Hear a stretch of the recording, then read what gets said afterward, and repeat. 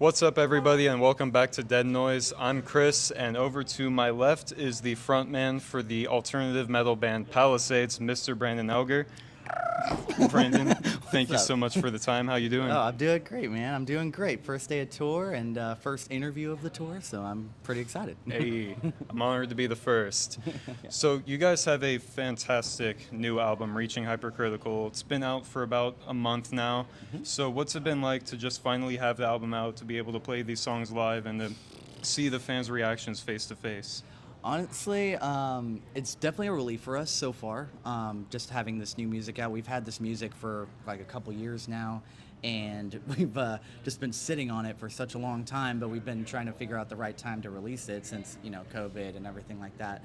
So to have it out finally is a breath of fresh air, especially for us and everything. So, and it's been a great response so far too.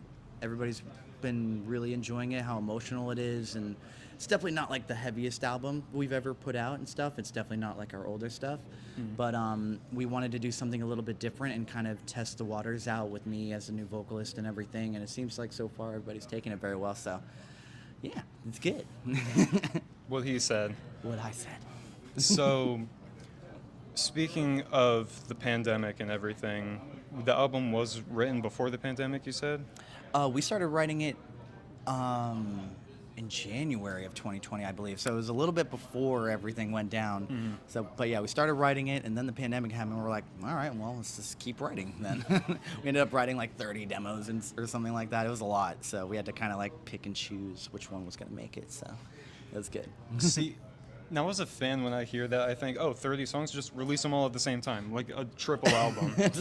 Or just release 2 albums at once. Exactly. Yeah, be Ariana Grande or something. Hey.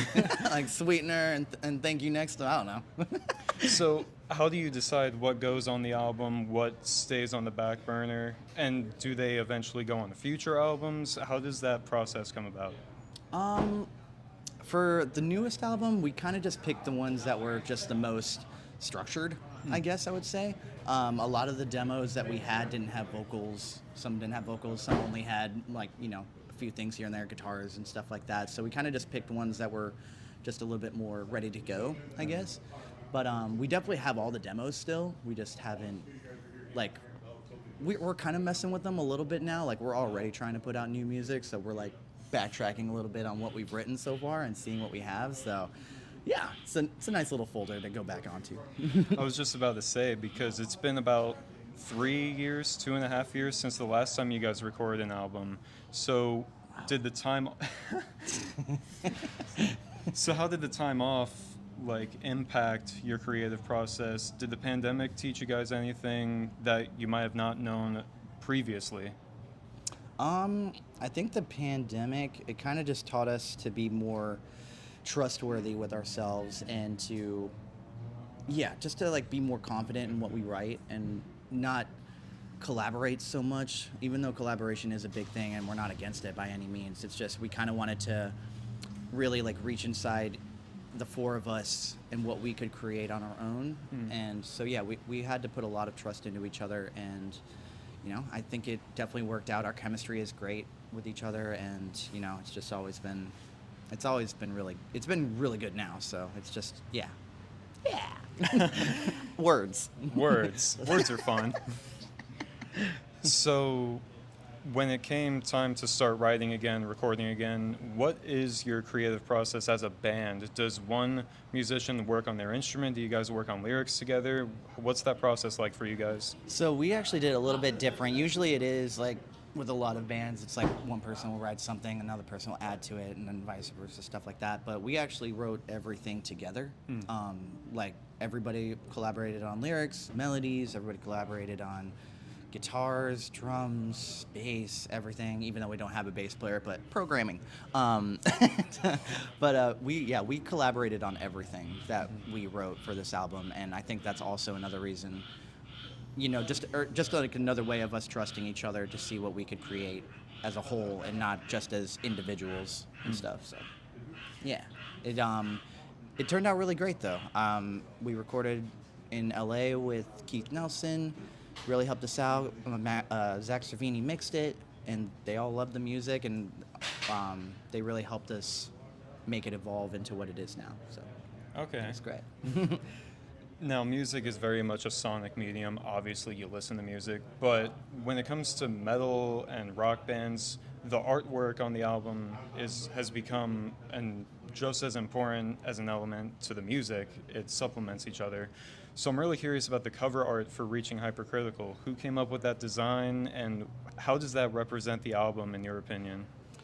So we kind of made something called a mood board. We kind of like check out other albums or just even designs and stuff like that, artwork that people have made and stuff, and we got like all these like photographs together. We put it all in just one place, and we sent it into management and our label to kind of get an idea for like what we're looking for, and we actually ended up getting a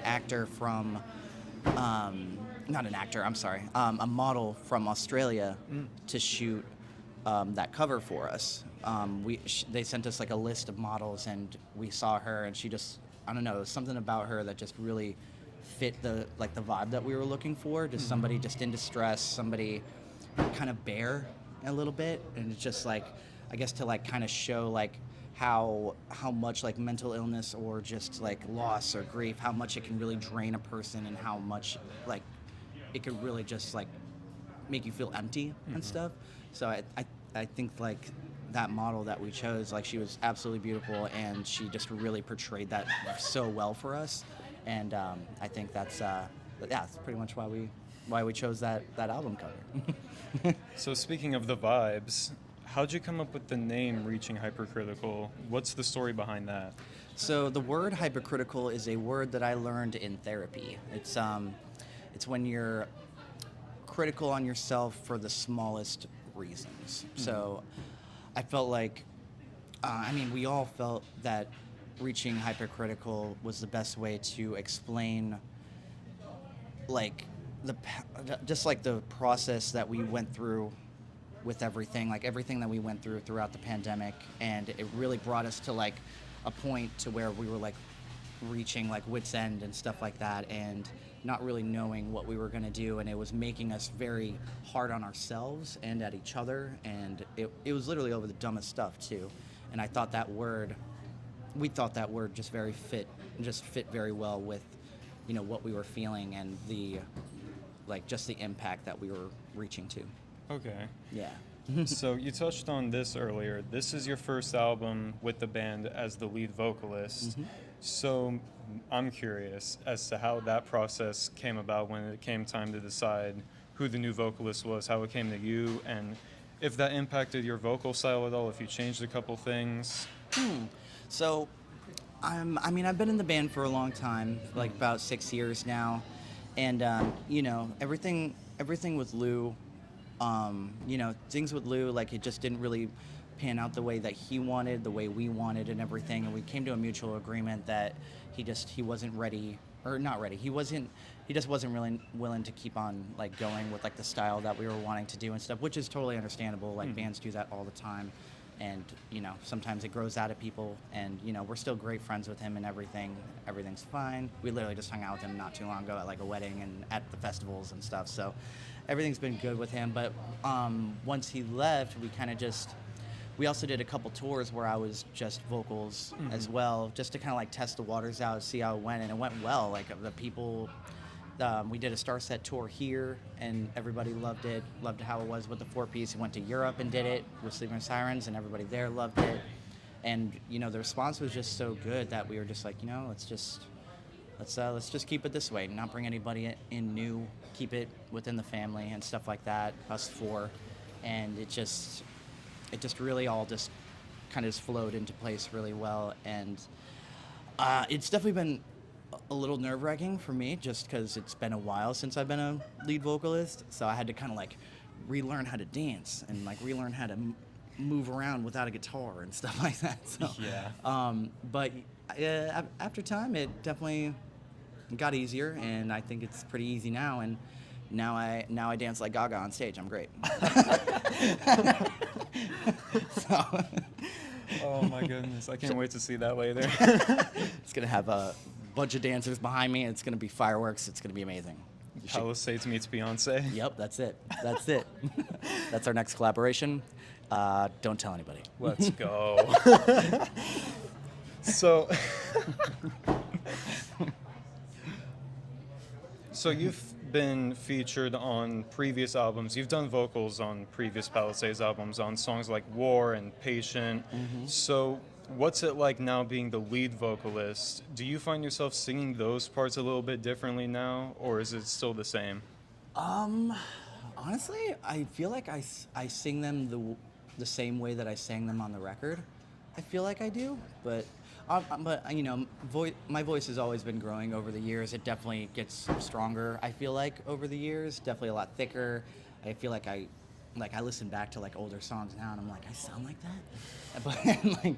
But I've definitely had to like adapt to the new style that we have, and you know, work on my grit a little bit more, be a little bit more aggressive, and not so clean cut and R&B sounding. I was compared to a lot of like R&B singers, like before I was the lead vocalist. So I had to kind of like, just get my way into singing a little bit more aggressive, listen to a lot of different artists like Linkin Park and stuff like that, and Breaking Benjamin, just tried to understand their style and how they did it and everything, and just make it my own.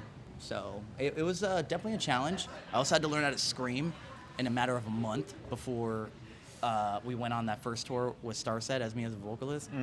That was nerve-wracking because I had no idea how to scream, and I just went on YouTube and I was like, how to scream, and I watched this bald guy. I forget his name right now, but he helped me. I'll figure out his name later, but he definitely helped me figure out how to scream, and it's the most awkward way I've ever learned how to. If I did it right now, you guys would probably just be like, this is cut the interview. This we're done. We'll save it for the next album. Yeah. Shout out to Bald Screamy Dude, whoever you are. The bald guy. He's really good. So stylistically, you've mentioned a shift in musical style. Yeah. What made you guys decide to make that transition from Erase the Pain to the sound on Reaching Hypercritical? Honestly, we wanted to be a little bit more guitar driven. Wanted to, you know, we still kept like our electronic elements behind it, but just not as like prominent, like not so much the forefront. We just kind of wanted to like, honestly, we kind of just wanted to like go back to like our roots a little bit, to like the 2000s era and stuff like that, and try to like, you know, see what we can like bring to the table, try to mix it with like, you know, 2000s modern rock and stuff like that. Yeah, like there's a lot of influences on the record, like System of a Down, Linkin Park. There's even like Billie Eilish references. I like Dan and like even country. Like we incorporated country. Like I created a chorus on the new album that was country influenced. So we kind of just took a little bit of everything, mostly 2000s, and then we put it together and see what we could do. And I don't know, it turned out pretty awesome, I think. So. I mean, I like it. That's good. There's one. There's one. 6 billion more to go. Hey, let's run those numbers up, boys. Just out of curiosity, which song had the country influence? Invincible Die Down. See, now that you mention it, I can hear it. A lot of people think it's a Demi Lovato reference, and I'm just like, you're wrong. You're wrong. It's that, I forget what it's called. Anyways, people have thought it's Demi Lovato. I'm like, no, it's not. So let's talk about this tour that you guys are on right now. I see this bill, and I see Vampires Everywhere. I see Alesana. I'm like, okay, that makes sense. But then I see Palisades. I'm like, wait a minute. And I'm a fan of all of you guys, but you guys seem to be the outlier on this tour. So how did that booking come about, and what was your guys' reaction to that when you heard the news? So when I heard the news, I was like, I used to listen to them all the time. Like I used to listen to Alesana a lot, and honestly, it was kind of just the first thing that kind of popped out to us, and we honestly just wanted to get out and play shows for people, maybe even people that have never even heard of us or seen us before. I think it was just, you know, a chance for us to kind of, it was literally we just wanted to get out of the house, to be honest. We've been stuck in the house for so long, and we're like, whatever tour, let's go. And, like, I am so tired of being at home. So that's honestly the main reason why we chose to do this, and also just we've heard good things about Alesana too, and we've heard that they're good dudes. We've met a few of them already here on our first day, so we just wanted to really just try it out and just have some fun with it, and meet some new people that we've never played before. So, yeah. Hey, whatever works, right? Whatever works. Yes. I've seen you guys live in 2019, but the band was in a very different place back then. Yes. So, for fans like me who have yet to see this incarnation of the band, what can fans expect from a 2022 Palisades performance? Ooh. I mean, there won't be a lot of party vibes. That's the best thing I guess I could say. It's not very clubby feel. It's more intimate. It's more emotional. It's we really just I feel like we're more aggressive. We're a lot more aggressive. We're all smiles when we're on stage and stuff, but when certain songs come on, we definitely put on, a show for it, and we're just a lot more in tune with what we're doing, and we try to just, try to make sure to impact people the best we can with each song and stuff now, instead of just, dancing around. As fun as it is, I know it's fun, but You get the best of both worlds. there comes a time. It's all about balance. Yes, we need to balance it out a little bit. All right, so next thing, I'm going to do a little bit of a speed round with you. Oh, boy. I'm going to pull out my phone because I am not professional enough to have these off the top of my head. I got 10 questions. You just say the first thing that comes to your mind. Okay. Is there a timer? No, Okay. I don't have the budget for that. Heard. Favorite song to play live? My consequences. Favorite city to play at? Oh boy. Dallas. Band, artist, or song that made you want to become a musician? Oh. Linkin Park. The one band or artist that you want to collaborate with the most? Bring Me the Horizon. Okay. I don't know what else. Favorite tour memory?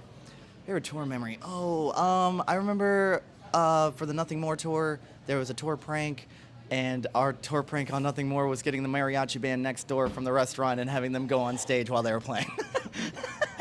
It was the greatest thing ever. It was great. It was sick. I should have been there. It was so sick.